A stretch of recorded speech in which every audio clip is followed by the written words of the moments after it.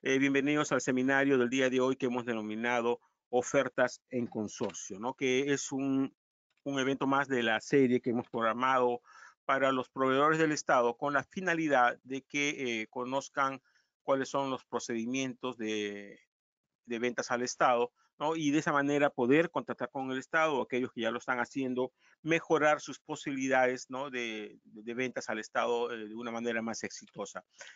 Durante esta es la relación de eventos que ya se han desarrollado, que son una concatenación, ¿no? de actividades que se desarrollan en el proceso de contratación pública, ¿no? El siguiente seminario, que debe ser la próxima semana, va a estar referido a lo que es ejecución del contrato, ¿no? Cómo se debe desarrollar la ejecución del contrato para que no tengan ustedes problemas, ¿no? en sus procesos de contrataciones públicas. Eh, entonces, respecto al tema del día de hoy denominado eh, ofertas en consorcio, este es el marco legal bajo el cual se desarrolla la exposición del día de hoy, porque como ustedes saben, pues la normativa de contratación pública va cambiando constantemente, ¿no? Pero la exposición del día de hoy está sustentada en el marco legal que les estoy mostrando en la pantalla, ¿no? Que es el texto único ordenado de la Ley de Contrataciones del Estado, que se aprobó a través del Decreto Supremo 082-2019 EF y el reglamento de la Ley de Contrataciones del Estado, que se aprobó a través del Decreto Supremo 344-2018 EF y que se modificó mediante el Decreto Supremo 377-2019 igual EF, ¿no? Y a su vez también la mayor parte de contenido del tema del día de hoy corresponde a lo que señala la directiva número 005-2019 OCCD, emitida por el Organismo Supervisor de las Contrataciones del Estado, referida específicamente a la participación de proveedores en consorcio en las contrataciones del Estado, ¿no? Documento que está en el panel de control que tienen ustedes para que lo puedan revisar ya con mayor detenimiento, ¿no? Entonces, ¿qué es lo que entendemos por consorcio, no? Consorcio es el contrato asociativo por el cual dos o más personas, naturales o jurídicas, nacionales o extranjeras, se asocian con el criterio de complementariedad, o sea, complementar recursos, capacidades y actitudes con la finalidad, ¿no? de poder contratar con el Estado y ejecutar esa prestación, ¿no? Eso está en el anexo número 1 del reglamento de la Ley de Contrataciones del Estado. Esa definición está contenida ahí. Y también nos habla la normativa, nos habla la directiva de consorcios que en los procedimientos de selección pueden participar varios proveedores, ¿no? Como les dije, ya sean personas naturales o personas jurídicas, nacionales o extranjeras, agrupadas en consorcio con la finalidad de ejecutar el contrato, ¿no? Esta participación en consorcio respecto a nuestra normativa de contratación pública no procede para el caso de procedimientos que tengan por objeto implementar o extender la vigencia de catálogos electrónicos o acuerdos marcos, ¿no? O sea, ahí no podemos participar o contratar en consorcio.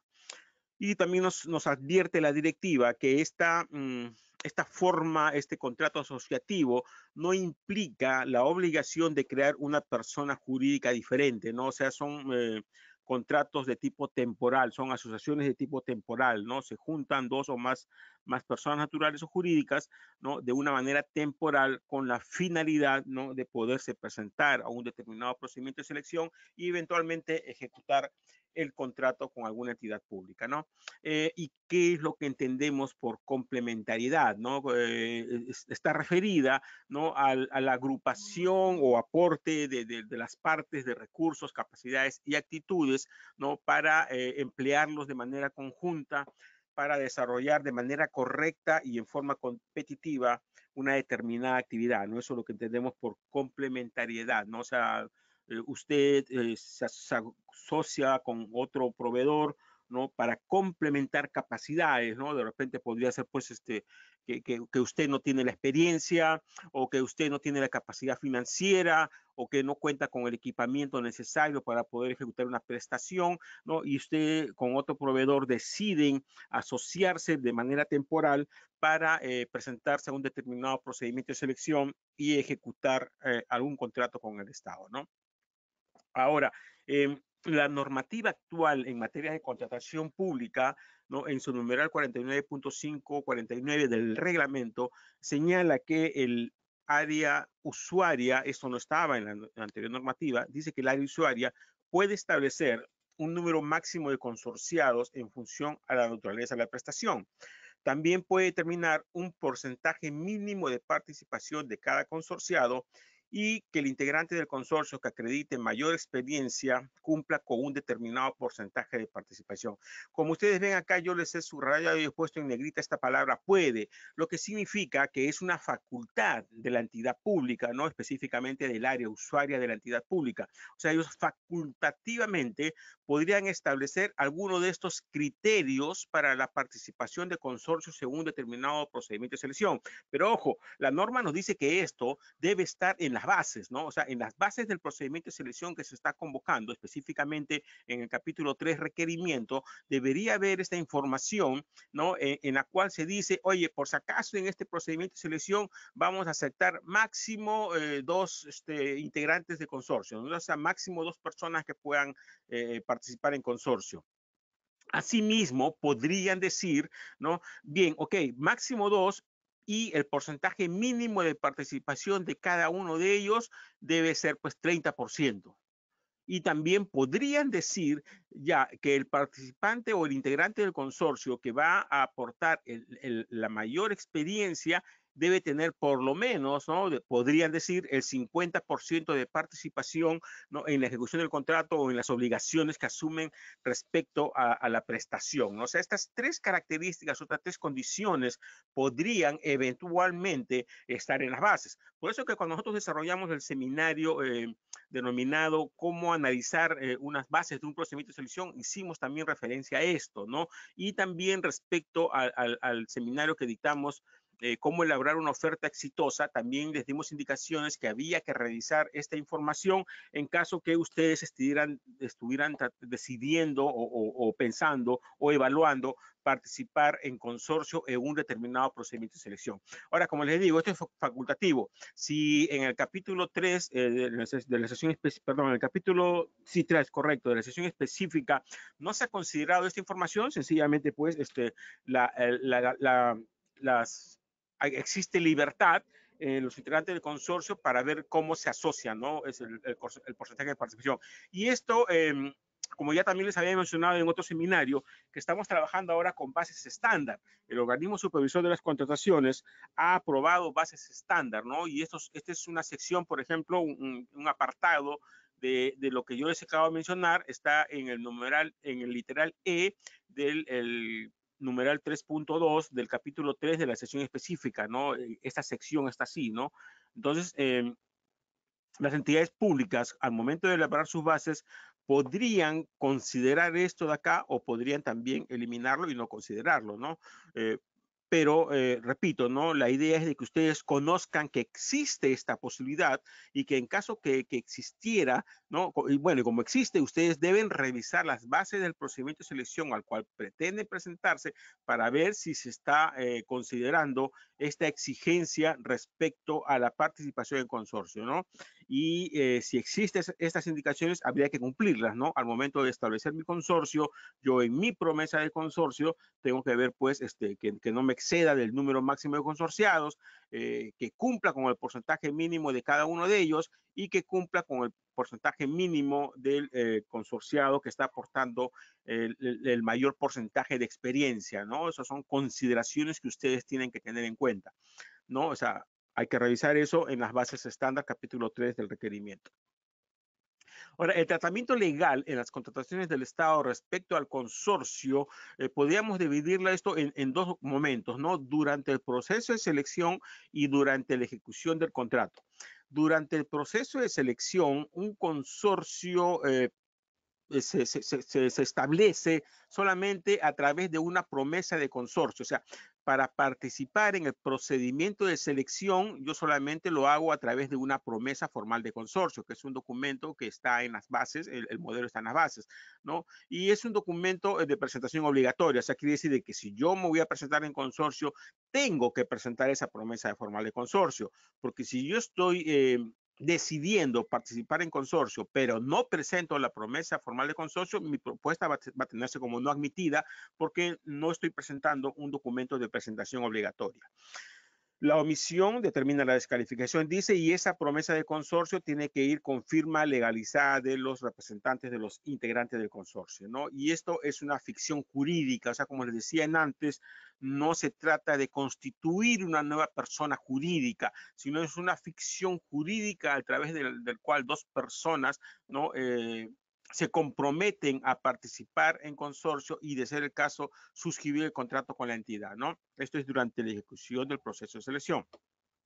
Y en caso que este consorcio sea adjudicado con la buena pro antes de la suscripción del contrato con la entidad pública, ya sí tengo que constituir o formar el consorcio a través de un contrato de consorcio, ¿no? O sea, nuevamente no se trata de constituir una nueva persona jurídica, sino sencillamente, ¿no? Redacto un contrato de consorcio, ¿no? Y ese documento lo presento para la suscripción del contrato. Y este contrato de consorcio, lo vamos a ver un poquito más adelante, ¿no? Contiene la misma información de la promesa formal del consorcio, más algunas cuestiones adicionales, ¿no? Que los vamos a indicar más adelante conforme lo establece la directiva, ¿no? Y este documento es obligatorio para la firma del contrato, ¿no? O sea, en la etapa de procedimiento de selección, promesa formal de consorcio. En la etapa de ejecución contractual, ¿no? Contrato de consorcio. Bien.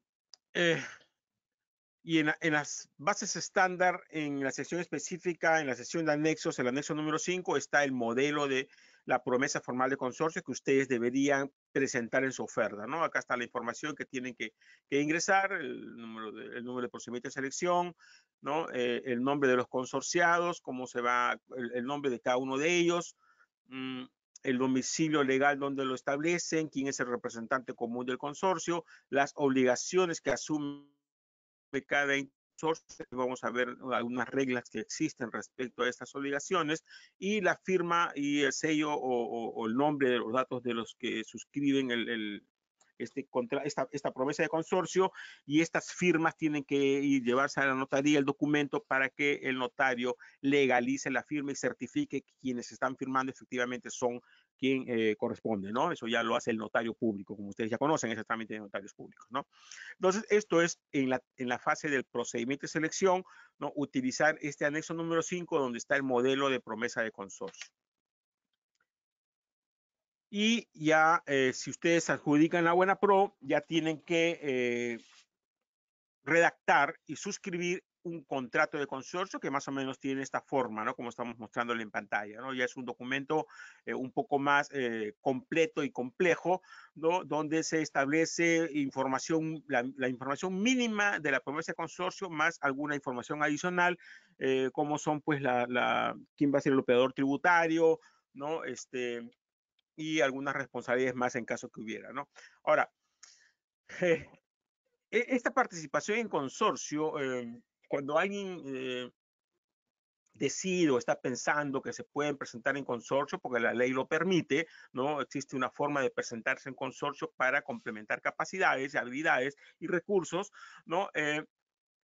Debemos de pensar de que también esa forma de asociarse puede determinar algunos tipos de responsabilidades, ¿no? Y la norma establece en el artículo 13 de la ley que los integrantes del consorcio son responsables de manera solidaria ante la entidad, ¿no? Por las consecuencias derivadas de su participación durante la ejecución del contrato, ¿no? O sea, son solidariamente responsables en la ejecución del contrato.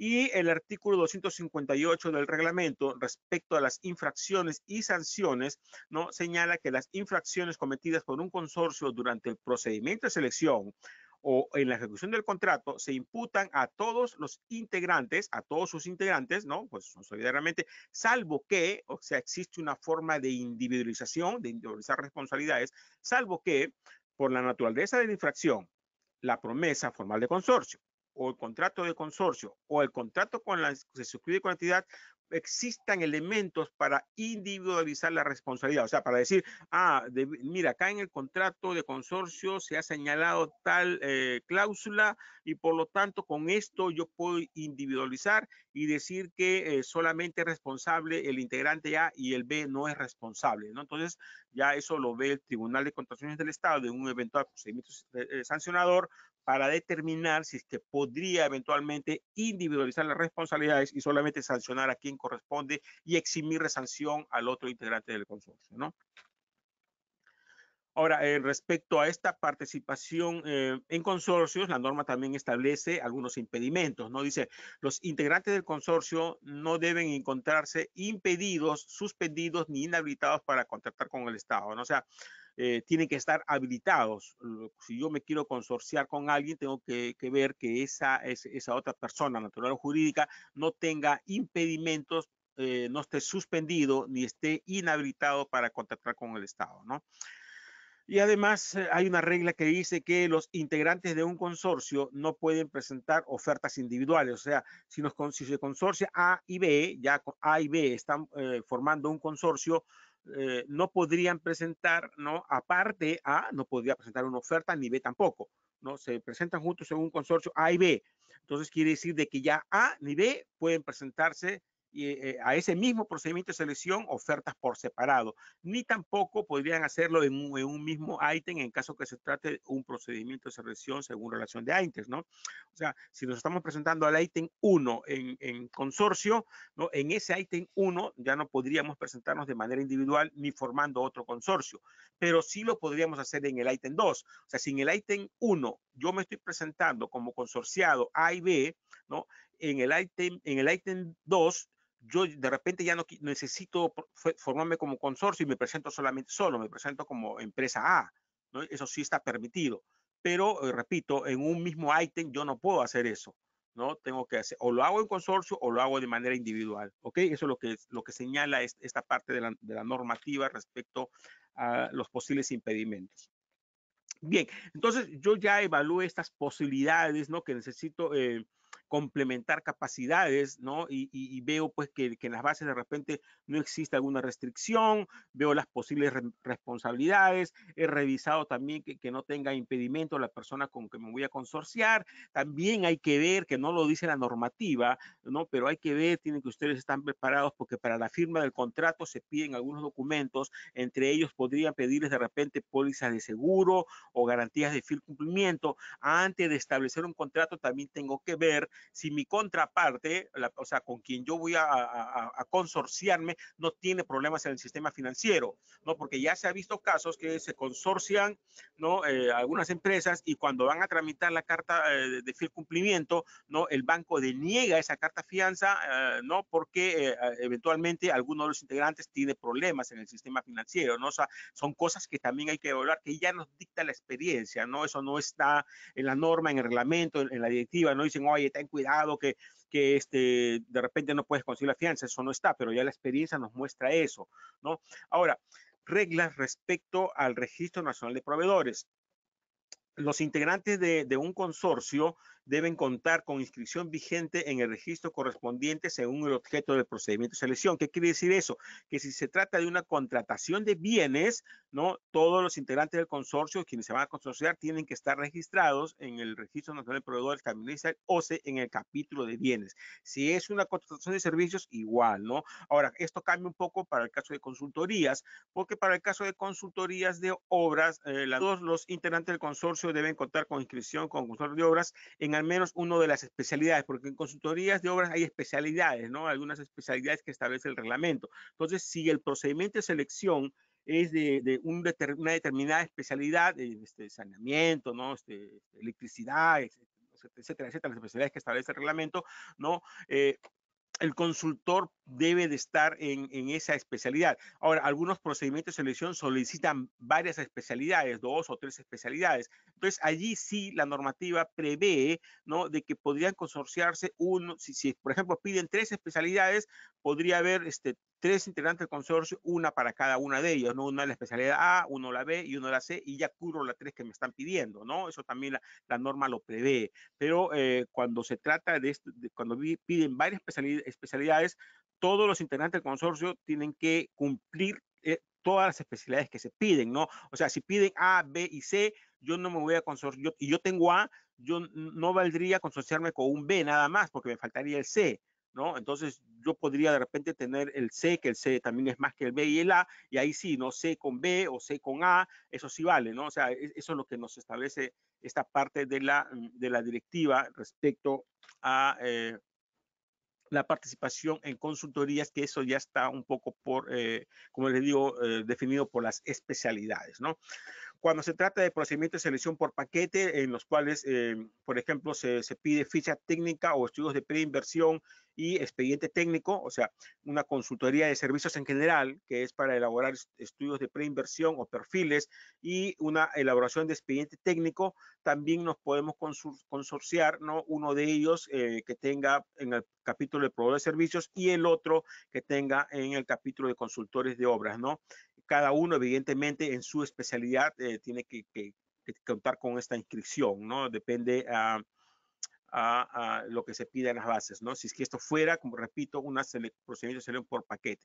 Cuando se trata de un procedimiento de selección también bajo modalidad de ejecución de llave en mano, en la que no se incluya la elaboración de expediente técnico, o sea, llave en mano que no incluye expediente técnico, todos los integrantes del consorcio deben contar con inscripción como ejecutores de obras.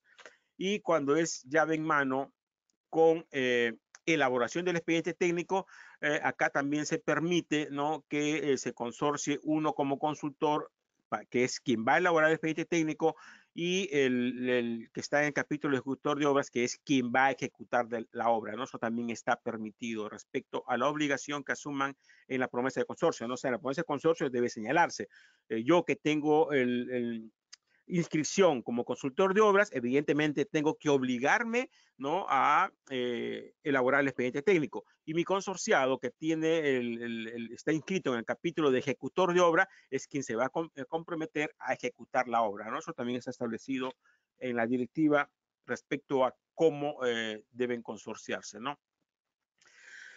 En caso de resultar favorecido con la buena pro, en el caso de ejecutores de obras, cada integrante del consorcio debe contar con la capacidad libre de contratación igual o superior al porcentaje equivalente al monto de sus obligaciones, ¿no? Ustedes saben que, pues, que los ejecutores de obras se les asigna una capacidad de contratación, y esa capacidad de contratación puede ir disminuyendo en función a los contratos que uno va suscribiendo, ¿no? Si yo tengo una capacidad de 1 millón y me adjudiqué y firmé contrato con una obra de 200,000, mi capacidad libre son 800,000, ¿no? Entonces yo tengo que tener cuidado al establecer mi consorcio, ¿no?, que solamente me quedan 800,000. Entonces yo no podría participar, ¿no?, con un porcentaje en una obra que supere esos 800,000 soles, ¿no? Por ejemplo, si la obra es por 2 millones de soles y yo digo que voy que yo asumo el 50% de responsabilidades, entonces eso significa 1 millón, pero yo tengo solamente capacidad libre de 800, entonces eso sería un impedimento para que yo pueda firmar el contrato. Yo no podría firmar el contrato ahí. Entonces yo tengo que tener cuidado, ¿no?, respecto al porcentaje que voy a establecer en mi promesa de consorcio para poder cubrir esta capacidad de contratación, libre de contratación, ¿no? Entonces lo correcto sería, si la obra es de 2 millones de soles y yo tengo una capacidad libre de 800, lo correcto sería máximo 40%. 40% por 2 millones de soles son 800,000. Entonces, allí sí estaría bien mi capacidad libre de contratación. ¿No? Evidentemente, yo recomendaría un poco menos por si acaso, ¿no? Pero, pues esto es lo que nos dice esta regla respecto al Registro Nacional de Proveedores en la Directiva de Consorcios, ¿no? Además, nos dice que los integrantes del consorcio son responsables de que su inscripción en el Registro Nacional de Proveedores se encuentre vigente, ¿no? Así como no estar inhabilitados o suspendidos, ¿no? Y esto debe ser en los momentos en que se registran como participantes en la presentación de ofertas, en el otorgamiento de Plan Pro, o sea, en 4 momentos, ¿no? Al momento de registrarse como participantes, al momento de presentar las ofertas, al momento de que se otorga la buena pro y cuando se suscribe el contrato. En esos 4 momentos, ¿no?, los integrantes del consorcio y cualquier proveedor también tiene que estar seguro de que su inscripción se encuentra vigente, que no está inhabilitado o suspendido en su registro nacional de proveedores, ¿no? Porque de lo contrario no podría, pues, ejecutar las prestaciones.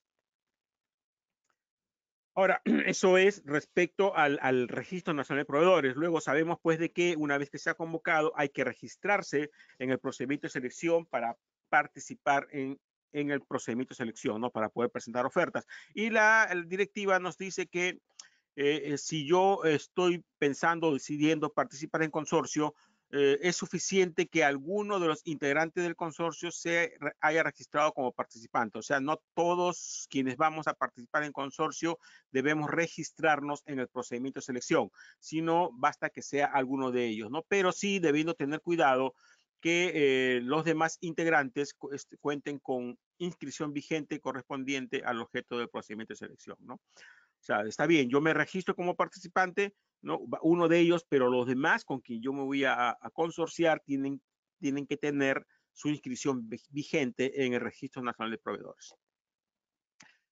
¿No? Los demás integrantes, dice, del consorcio deben contar con inscripción vigente en el RNP en las demás etapas del procedimiento de selección, ¿no? O sea, luego de presentar la oferta, de ser el caso, deben estar con su registro vigente, ¿no?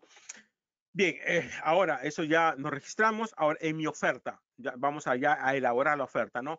En la oferta, el consorcio debe presentar, ya habíamos mencionado, la promesa formal de consorcio con firma legalizada, ¿no? Esta legalización es subsanable, ¿no? O sea, quiere decir de que si de repente a mí no me alcanza el tiempo para legalizar las firmas en mi promesa de consorcio, yo presento mi promesa de consorcio completa, ¿no? Que no falte nada de información, con las firmas, y si no he podido legalizarla, eso es subsanable, ¿no? La entidad pública, llámese el órgano encargado de contrataciones o el comité de selección, debería darme un plazo para subsanar la omisión de la legalización en la promesa formal de consorcio.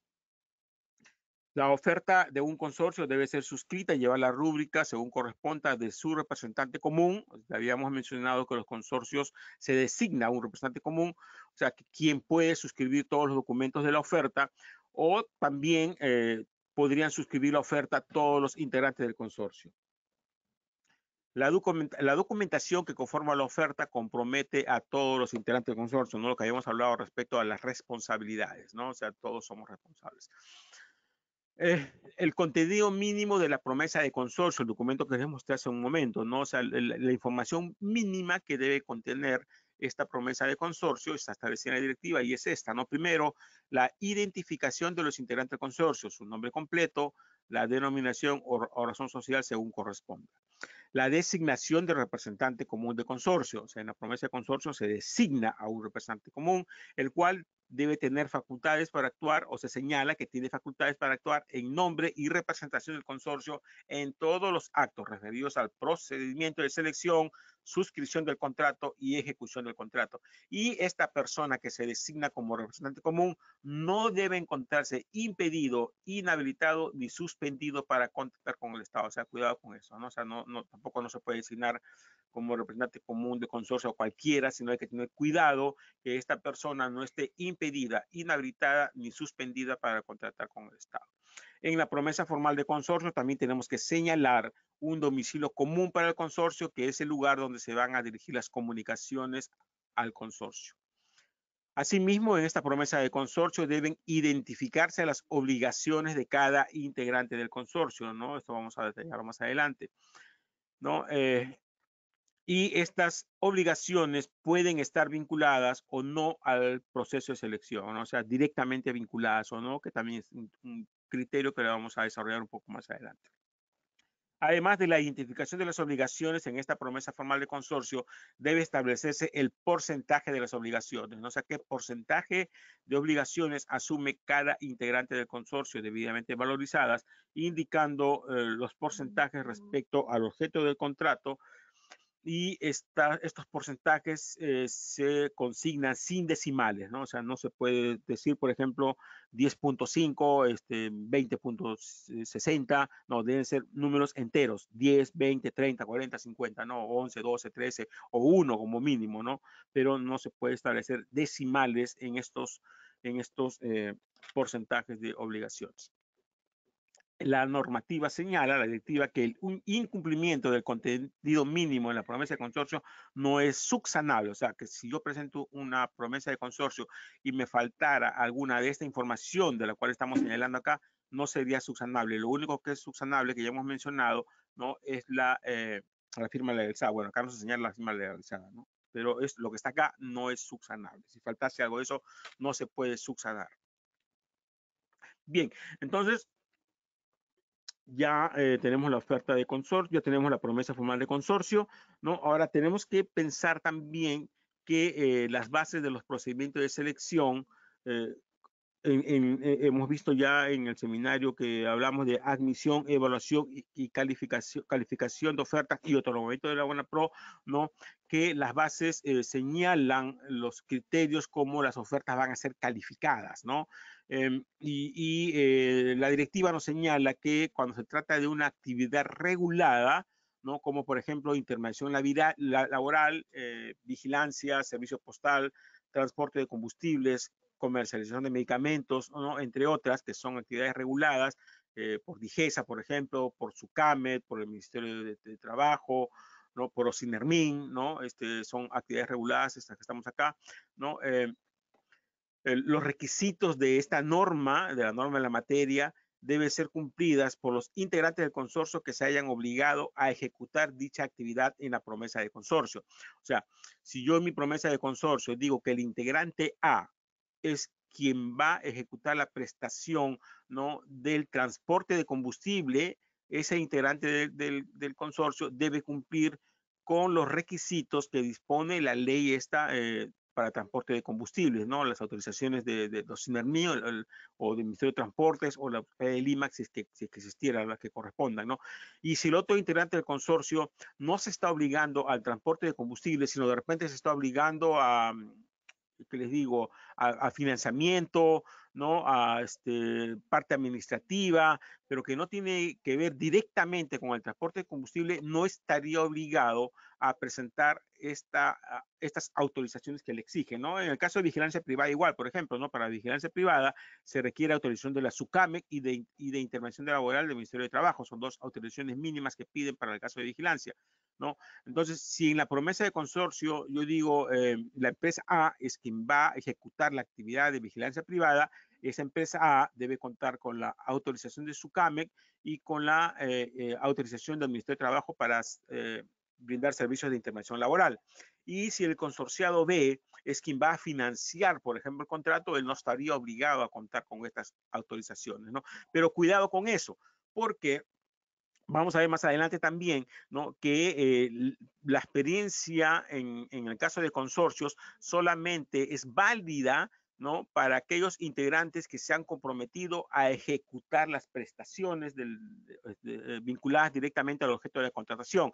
Entonces, si volvemos al ejemplo de vigilancia, en el caso de vigilancia yo tengo la empresa A, que es la que yo estoy poniendo en mi promesa de consorcio, que va a ejecutar la actividad de vigilancia privada, y la empresa B solamente va a financiar el contrato. Si B presenta experiencia como vigilancia privada, esa experiencia no va a ser validada. ¿Por qué? Porque no se está comprometiendo a ejecutar las actividades directamente vinculadas al objeto de la contratación, que es servicio de vigilancia privada. Si A y B estarían presentando experiencia, ¿no? La experiencia de B no va a ser validada, solamente la de A, porque él sí está cumpliendo con esto de acá, ¿no? O sea, eso también vamos a verlo un poco más adelante, pero hay que tener cuidado con eso, se los estoy aclarando y bien acá, ¿no? Bien, entonces eso era respecto a la capacidad legal. Ahora, respecto a la experiencia del postor, lo que nos señala la directiva es que la acreditación de la experiencia del postor se realiza en base a la documentación aportada por él o los integrantes del consorcio que se hubieran comprometido a ejecutar conjuntamente las obligaciones vinculadas directamente al objeto de la materia de la contratación, ¿no? Como el caso de vigilancia que yo decía. Si A está diciendo yo voy a ejecutar la vigilancia privada y B está diciendo yo voy a financiar, ¿no? Solamente va a ser validada la experiencia que aporta A, la experiencia que aporte B no va a ser validada, ¿no? Y también A va a tener que presentar, ¿no? su CAME y su intervención laboral, y a B no tiene por qué pedírselo, ¿no? ¿Ok? Para calificar la experiencia del postor, el primer paso es obtener el monto de facturación de cada integrante, ¿no? O sea, si se presentan 2 o 3 integrantes, se obtiene cuánto está aportando cada uno de ellos, cada integrante, ¿no? Y si son contrataciones que se han ejecutado en consorcio, se considera el monto que corresponde al porcentaje de obligaciones del referido integrante en dicho consorcio. Para eso quiere decir pues de que yo tengo que presentar, si presento oferta que he adquirido en consorcio, tengo que presentar mi contrato, mi conformidad y mi contrato de consorcio o mi promesa de consorcio para que quien está evaluando mi oferta pueda determinar el porcentaje de participación que yo tuve en ese contrato para que me puedan asignar el monto, ¿no? Por ejemplo, si ese contrato es 1 millón de soles y yo participé en consorcio en ese contrato con 50%, mi experiencia solamente es 500,000 soles, ¿no? Porque es el porcentaje de mi participación en ese contrato, ¿no? Esto se refiere este paso, ¿no? Entonces, el primer paso es identificar el monto de facturación de cada integrante, ¿no? Ya sea de forma individual o cuando hayan participado en forma de consorcio, para lo cual se utiliza la promesa de consorcio o el contrato de consorcio para determinar el porcentaje a cada uno de ellos, ¿no? El segundo paso es verificar, ¿no? que se cumpla el requisito en caso que se hubiera pedido que el integrante del consorcio que acredita la mayor experiencia cumpla con el determinado porcentaje de participación, lo que hemos visto en antes, ¿no?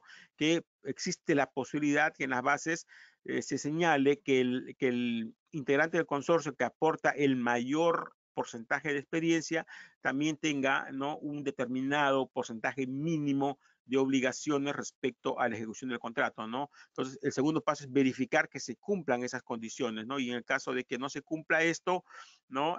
Sencillamente esa experiencia no va a ser validada, ¿no? Si no se cumple con esos requisitos que están establecidos en la base respecto al porcentaje mínimo de quien aporta la mayor experiencia, esa experiencia no va a ser validada, es lo que nos dice la directiva. Y el tercer paso para calificar la experiencia es sumar, ¿no? O sea, primero se establece la experiencia de cada uno de los integrantes del consorcio, ya sea en forma individual o si están participando en consorcio, aplicando los porcentajes de participación en ese contrato. El segundo paso es verificar que se cumpla este requisito. En caso que se hubiera pedido de que quien aporta la mayor experiencia tenga un determinado porcentaje de participación. Y el tercer paso es sumar las experiencias de cada uno de ellos, ¿no? Y la experiencia es la suma del monto de facturación aportado por cada integrante, válidamente presentado, evidentemente, ¿no? O sea, que haya sido validado por el comité de selección o por el órgano encargado de las contrataciones. Y la directiva también nos señala que no se toma en cuenta la documentación presentada por él o los consorciados que asumen obligaciones referidas a las siguientes actividades, o sea, las que no están vinculadas directamente a la ejecución del contrato, ¿no? De carácter administrativo de gestión, por ejemplo, facturación, financiamiento, aporte de cartas fianzas, aporte de caución. O sea, si yo me estoy obligando, por ejemplo, en mi promesa de consorcio, yo voy a aportar la garantía de fiel cumplimiento. Esa es la única obligación que yo estoy asumiendo en mi promesa de consorcio. Lo que nos está diciendo esto, que algo solo os había mencionado yo antes, ¿no? Que mi experiencia no va a ser validada, ¿no? Igual dice las relacionadas con asuntos de organización interna, tales como representación u otros aspectos que no se relacionan con la ejecución de las prestaciones, entre otras, ¿no? O sea, si yo digo, yo represento al distribuidor o represento al fabricante, ¿no? Son actividades de representación, pero no estoy eh, vendiendo, comercializando o fabricando los productos, mi experiencia no va a ser válida. Para el caso de bienes, la directiva ya precisa que solo se considera las obligaciones directamente vinculadas a la fabricación y o comercialización, ¿no? O sea, si se trata de un procedimiento de selección para la contratación de bienes, ¿no? Dice que la experiencia que se va a validar solamente es para los integrantes que se hayan obligado a fabricar o a comercializar los bienes objeto de la contratación, y no se considera la experiencia de aquellos integrantes que se hayan comprometido a aporte de materias primas, con aporte de combustible, infraestructura, transporte, envasado, almacenaje, entre otras, ¿no? O sea, tiene que ser solamente esas dos, fabricación o comercialización, ¿no? O sea, cuidado al momento de establecer las obligaciones en mi consorcio, ¿no? Porque podría eventualmente, como les digo, tenerse por no admitida nuestra oferta o por descalificada nuestra oferta si es que no se está estableciendo bien las obligaciones y los porcentajes, ¿no? de los integrantes del consorcio. Ahora, en caso de que se nos adjudique la buena pro, lo que les decía yo también hace un instante respecto a las garantías, ¿no? En las garantías de cumplimiento, cuando se trata de cartas fianzas, debe consignarse expresamente el nombre completo o la denominación de cada uno de los integrantes del consorcio. O sea, la carta fianza de garantía y fiel cumplimiento no debe decir para garantizar al consorcio Dorado, por ejemplo, ¿no? Si que ese es el nombre del consorcio, sino debe decir para garantizar a la empresa A y a la empresa B, ¿no? Tiene que estar el nombre, eso es lo que yo les decía, tiene que estar el nombre completo de los integrantes del consorcio, porque como les dije, el consorcio es una figura ficticia. Entonces, si es una figura ficticia, no se podría ejecutar una fianza que está a nombre de un consorcio que es un ente que no existe, ¿no? Es una idea jurídica, ¿no? Entonces, por eso que dice que en la garantía, cuando se trata de cartas fianzas o pólizas de caución, tiene que estar expresamente indicado el nombre de los integrantes del consorcio. No basta la denominación del consorcio, como por ejemplo consorcio dorado, consorcio azul, consorcio ejecutor, no sé el nombre que le quieran poner ustedes al consorcio, ¿no? Porque esa es una figura ficticia. Igualmente, la directiva nos habla que respecto a las bonificaciones y beneficios, ya sea el 10% sobre provincia colindante, la exoneración del IGB prevista en la ley 27037 o la retención del 10% para el caso de pymes respecto a la garantía y cumplimiento, todos los integrantes del consorcio deben de cumplir con las condiciones, ¿no? O sea, si se trata de provincia colindante, todos los integrantes del consorcio, ¿no? Deben tener su domicilio en el RNP en la provincia donde se va a ejecutar la prestación o en alguna provincia colindante, ¿no? Si alguno de ellos, por ejemplo, fuera de Lima, no se podría aplicar el 10% sobre provincia colindante al consorcio, porque esa bonificación es para el consorcio. O sea, todos los integrantes del consorcio deben cumplir con esta condición. Lo mismo para el caso de la exoneración prevista en la ley 27037 respecto al IGB, ¿no? Todos los integrantes del consorcio deben cumplir con las condiciones que establece esta ley respecto a la exoneración del IGB. Y lo mismo les decía para la retención del 10% del motocontrato respecto a las pequeñas o microempresas, ¿no? Todos los integrantes del consorcio deben ser o micro o pequeña empresa para que se pueda proceder para que ellos puedan solicitar la retención, ¿no? Del 10% del monto del contrato, ¿no? En lugar de presentar una carta fianza o una póliza de caución como garantía de fiel cumplimiento. Entonces ahora, impugnaciones. Para impugnar, también en virtud al literal B del artículo 121 del reglamento nos dice que cuando un consorcio desea impugnar debe hacerlo a través de su representante común, ¿no? Acreditando su representación a través de la copia simple de la promesa de consorcio, ¿no? Sin embargo, dice que ello no impide que la representación del consorcio recaiga en la actuación conjunta de sus integrantes. O sea, el recurso de apelación puede ser presentado o por el representante común debidamente acreditado con copia simple de la promesa de consorcio o por todos los integrantes del consorcio. Todos tienen que firmar el recurso de apelación, ¿no? Debidamente identificados y acreditando su personería jurídica en el recurso que se va a presentar, ¿no? Lo mismo en el contrato de consorcio. El contrato de consorcio, les decía yo hace un instante, que debe contener la información mínima de la promesa consorcio, que la vimos hace un instante en un cuadro, y además debe identificar al integrante del consorcio que va a emitir la factura, o sea, el operador tributario, a menos que se saque un RUC para el consorcio, ¿no? Entonces debe señalarse el número de RUC en el contrato de consorcio. Y además debe consignar la firma legalizada ante notario de los integrantes del consorcio, ¿no? No vale presentar la promesa de consorcio, o sea, tiene que ser un nuevo documento, ¿no? Además, dice, puede consignarse otra información respecto a la administración interna, sistema de participación de resultados, o sea, cómo se van a dividir las utilidades, etcétera, etcétera, ¿no? Pero por lo menos debe estar esta información, ¿no? La que está en la promesa de consorcio, el operador, el tributario, ¿no? Quién va a emitir la factura, o si tiene RUC, el consorcio, identificar el número de RUC y aparte la firma legalizada de los integrantes del consorcio en el contrato de consorcio. Respecto a la subcontratación, para que proceda una subcontratación, para que el consorcio pueda subcontratar, la directiva nos señala que todos los integrantes del consorcio deben estar de acuerdo con esta subcontratación, ¿no? O sea, si son 3 integrantes del consorcio, los 3 deben estar de acuerdo con una eventual subcontratación.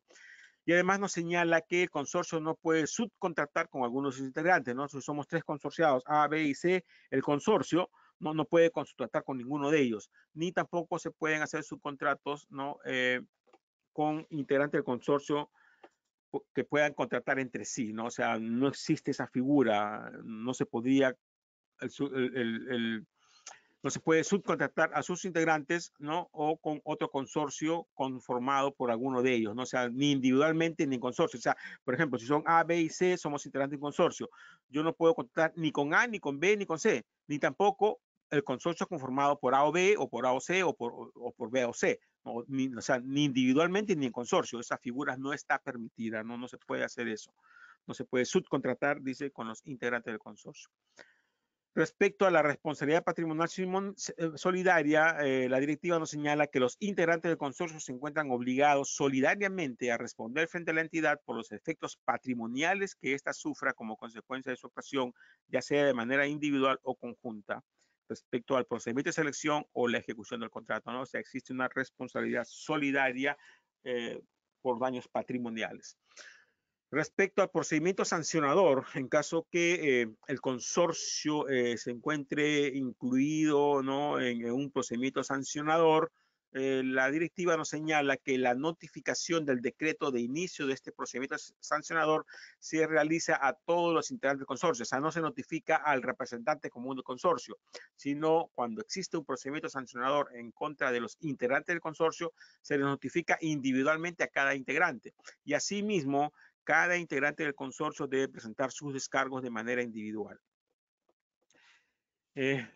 En caso de que se emita la sanción y deseen presentar el recurso de reconsideración, este recurso de reconsideración también debe ser presentado de manera individual y cada integrante del consorcio debe presentar la garantía que se solicita para este recurso de reconsideración.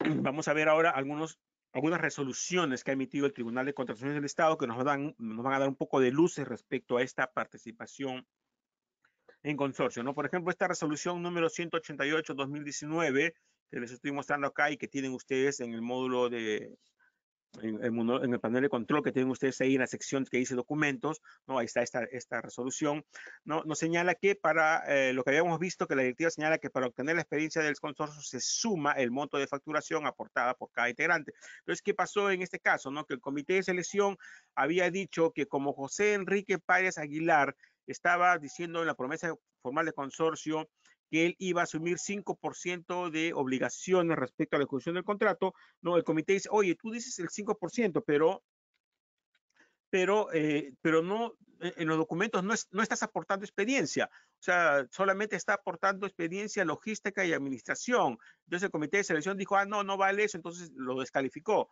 pero el tribunal enmendó la plana al comité de selección y le dijo, no, porque la directiva dice que se suma. Entonces, si logística y administración está presentando el 100% de la experiencia, ¿no? Y José Enrique Páez Águila aporta 0, 100 más 0 es 100, entonces toda la experiencia de logística y administración es válida para el consorcio, porque la normativa dice que se suma, ¿no? Entonces, si él tiene 0 de experiencia, 100 más 0 es 100, ¿no? A pesar de que él haya dicho que tiene 5% de participación, él no está obligado, ¿no? A aportar experiencia en función a este porcentaje. Eso es respecto a las obligaciones que va a asumir para la ejecución del contrato. Pero la experiencia puede ser diferente, ¿no? Él puede tener de repente, podría ser que tenga 5 y que tenga 95, ¿no? O sea, podría ser, si es que en las bases no se ha dicho que quien va a aportar más experiencia tenga más participación también, ¿no? Podría darse el caso, porque la norma dice que se suma, ¿no? O sea, ese es un ejemplo que les estamos dejando. Otro ejemplo que les estamos dejando acá es que en este caso, dice la directiva que el contenido del consorcio, el porcentaje de las obligaciones de cada uno de los contratantes, ¿no? O sea, en el contrato de consorcio debe establecerse el porcentaje de las obligaciones de cada uno de los integrantes. Los consorciados deben determinar el porcentaje total de sus obligaciones. Entonces, ¿qué pasó en este caso? Que en el contrato de consorcio, en la cláusula sexta del contrato de consorcio que se presentó para sustentar una experiencia adquirida en consorcio, esa cláusula sexta solamente decía esto, decía el consorciado consultor Jordón se obliga a aportar la suma ascendente del valor de la obra. Y respecto al consorciado, Nasocónsul dice, se obliga a aportar al negocio la suma ascendente, pero en esta cláusula sexta ni en ningún otro extremo del contrato de consorcio se estableció las obligaciones que asumiría cada integrante del consorcio, incumpliendo lo que señala la directiva, que en el contenido del contrato, contenido mínimo del contrato de consorcio, debe establecerse el porcentaje de las obligaciones de cada uno de los integrantes del consorcio, ¿no? Y deben consignar el porcentaje de estas obligaciones respecto del objeto del contrato, ¿no? O sea, por ejemplo, ejecución de la obra, 90% uno, el otro 10%. Ejecución del servicio, uno 50%, el otro 50%, ¿no? Depende, ¿no? Pero como en este contrato de consorcio solamente se puso la suma ascendente, o sea, iban a aportar un dinero, pero no dice las obligaciones respecto a la ejecución del contrato, el tribunal dijo, no, esta experiencia no es válida, ¿no? Y en este caso me parece que es algo parecido también. No, en este caso, la directiva señala que debe consignarse las firmas legalizadas en el contrato de consorcio. Entonces, acá se presentó un contrato de consorcio para acreditar la experiencia adquirida en consorcio, pero ese contrato de consorcio no tenía la legalización de firmas. Por eso que el tribunal dijo que esa experiencia tampoco era válida porque no se estaba cumpliendo lo que establece la directiva. Y respecto a la individualización, en caso de procedimientos sancionadores, existe un acuerdo de sala plena 005-2017 que señala cuáles son las formas de, o sea, qué documentos se pueden emplear para individualizar y que también ya está en la normativa actual. Esto es del 2017, pero con la norma que se cambió con el 344, ya el reglamento establece, ¿no? Que es para individualizar, se puede utilizar la promesa formal de consorcio, el contrato de consorcio o el contrato suscrito con la entidad, ¿no? O sea, cualquiera de estos documentos. Y en este caso, no había algún documento, por ejemplo, que podría determinar que se individualice las responsabilidades para el procedimiento sancionador. Por eso que las empresas que conformaron ese consorcio fueron sancionadas. Bien, ahora recomendaciones finales. Si es que si usted está pensando en constituir un consorcio, tiene que evaluar bien las ventajas y consecuencias, según lo que hemos hablado, de constituir este consorcio, ¿no? Por ejemplo, yo les decía de que podría usted pretender consorciarse con una empresa, pero no ha verificado sus antecedentes financieros y de repente esa empresa con que usted se va a consorciar está mal en el sistema financiero, ¿no? Y no podría eventualmente obtener una carta fianza de que le van a pedir para el primer contrato. Y usted puede ganar la buena pro, pero finalmente no podría firmar el contrato, ¿no?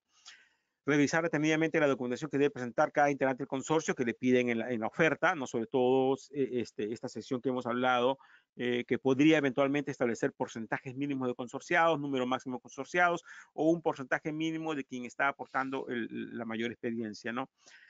Consignar en la promesa de consorcio o en el contrato de consorcio criterios para individualizar responsabilidades, ¿no? O sea, prever que podría haber eventualmente un procedimiento sancionador, ¿no? Y consignar en la promesa formal de consorcio, en el contrato de consorcio, ¿no? Algún criterio para poder individualizar, ¿no? Por ejemplo, se me ocurre en la promesa de consorcio, el integrante A se hace responsable por el aporte de los contratos a su nombre o la constancia de trabajo de fulano de tal, etcétera, etcétera, ¿no? Para en caso ese documento pues no sea correcto, el otro integrante del consorcio no se ve afectado, porque si esa información no estuviera en la promesa de consorcio o en el contrato de consorcio, la sanción va a ser para los dos integrantes del consorcio, ¿no?